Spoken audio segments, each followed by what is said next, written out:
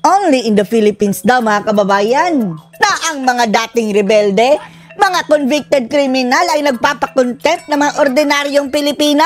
Katulad na lang nitong sina Paduano na wala nang alam kundi mag-contempt ng mga resource person.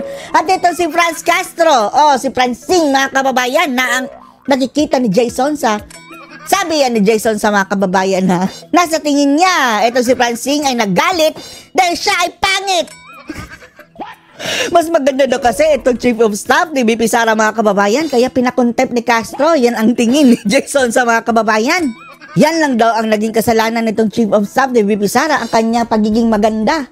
At natalbogan ang swangit na si Castro daw, mga kababayan. Si Francine, panoorin po ninyo, ha? Isang convicted na kriminal.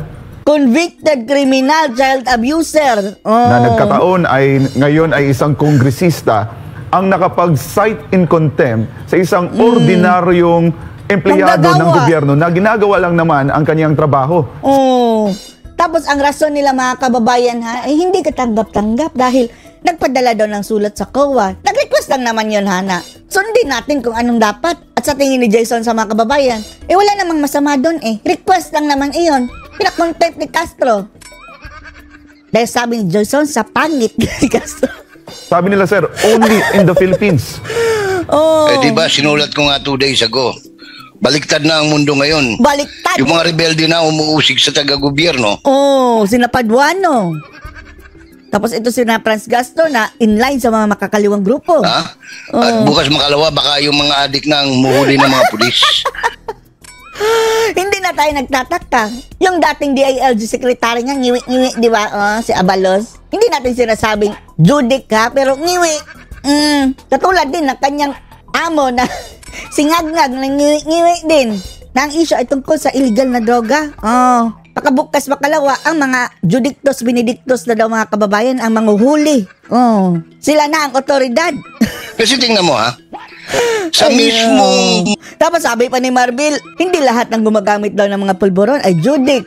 Ang iba ay nagpapataas lang daw ng enerhiya para sa ekonomiya. Batas ng Kongreso, yung kanilang rules, House rules, wala akong makitang violations to merit a contempt, no? Correct. Para dito kay Attorney Lopez, tingnan mo, ha? Abogado, ha? Sumunod naman siya doon sa Sabina, no? Sinabina siya, dumating siya. Nagpakita siya sa lupo, no, sa committee. Pinagsumpa siya na magsabi ng katotohanan, nunumpa naman siya. Nag-take out. Pagkatapos lahat ng tanong naman sa kanya, sinagot niya ng maayos, malumanay, no? Magalang. At pagkatapos, wala naman siyang hindi dinalang iniuro. Sabi mga dokumento, dinala naman niya lahat. Sinagot lahat. Wala sila makitang asunto, mga kababayan. Kung sabihin mong sa pagsagot, magaling siya sumagot. No? Magaling na abogado magaling sumagot, Nasa malinaw, punto. magalang. Wala naman siyang binastos. Tapos pagka may mga nag-apologize siya, humingi siya ng dispensa. Wala naman siyang ginawang panggugulo, no? Hindi naman siya nagwala katulad ni Ka-Eric na may pasigaw-sigaw. Wala siyang ginagawang... Example pa si Ka-Eric, mga kababayan.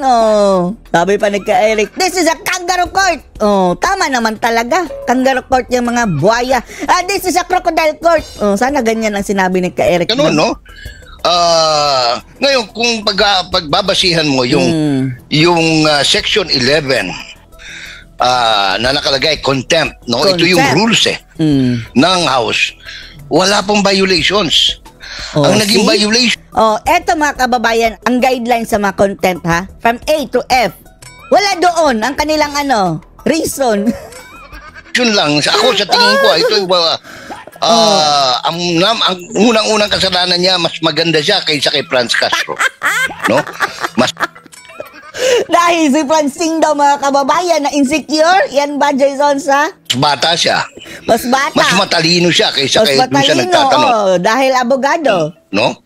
Hindi siya iniinsulto kita,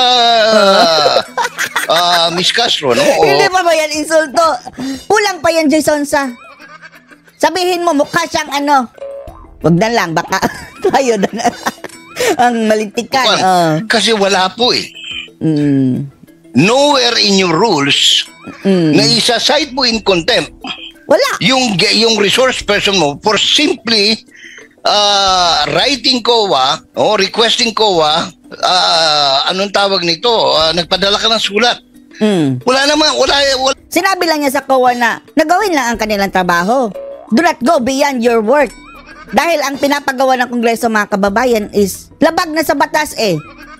Ine-expose na ang mga kababayan, mga sensitibong mga bagay-bagay na dapat sana ay within the COA lang. Request lang naman iyon eh. COA na rin ng mga kababayan kung susunod sila sa request o hindi.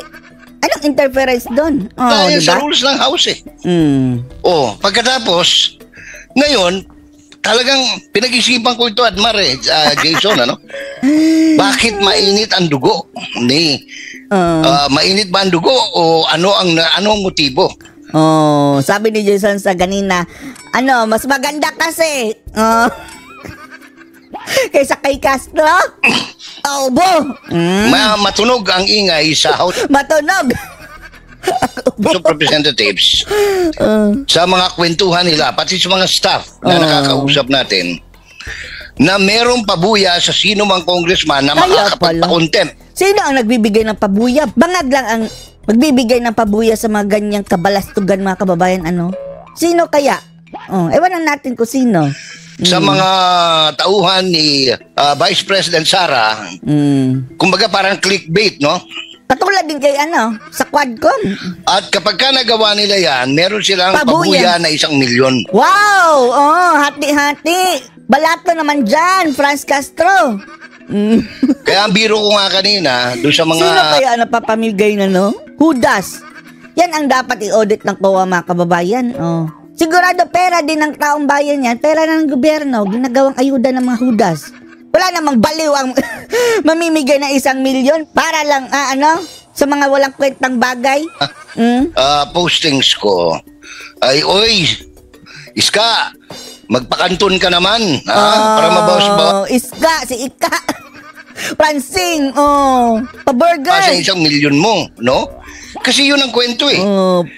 Si Paduano, milyonaryo na, multi-millionaire. Nagpa-contempt lang mga kababayan siguro, no? Ang dami nang pinakontempt. I do not know kung katotohanan yan, pero kung kung panunuorin mo, Jason, yung reaction niya pagkatapos ng session. Ganyan si Castro, Yes. Sarap batukan ng criminal na child abuser, mga kababayan. Talagang nagdulokso sa tuwa. Si Representative Castro, kinikilig nang talaga. mapa-contempt niya. At ito namang mga congressman na kasama dyan sa lupo, no? Na dapat ay mga utak sana at may pinag-aralan. Walang utak. Wala man lang nag-object doon sa recommendation to cite her in contempt. Nag-second demotion pa nga. No? Because certainly, I will not be surprised. Sana yung mga kakampi ng mga Duterte, na mga kongresista, dapat nagpunta din dyan para pakatulong kahit papano. Yung Duterte party list, yung nagsalita mga kababayan, panindigan na lang sana niya, di ba? Bakit hindi siya nagpunta?